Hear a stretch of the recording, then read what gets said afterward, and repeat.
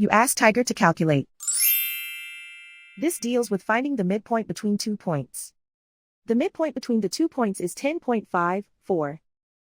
Let's solve it step by step. Plot the 2 points and calculate the midpoint using the formula. The coordinates of point 1 are x1 equals 9, y1 equals 4. The coordinates of point 2 are x2 equals 12, y2 equals 4. PM represents the midpoint of the 2 points.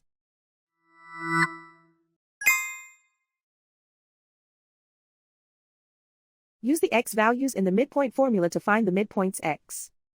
x1 equals 9.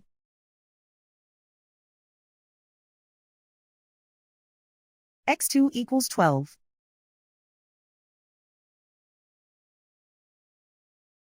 Simplify the arithmetic.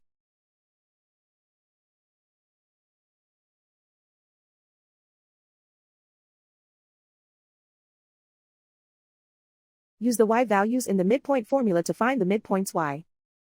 y1 equals 4.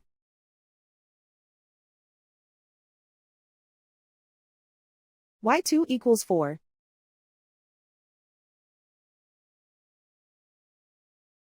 Simplify the arithmetic.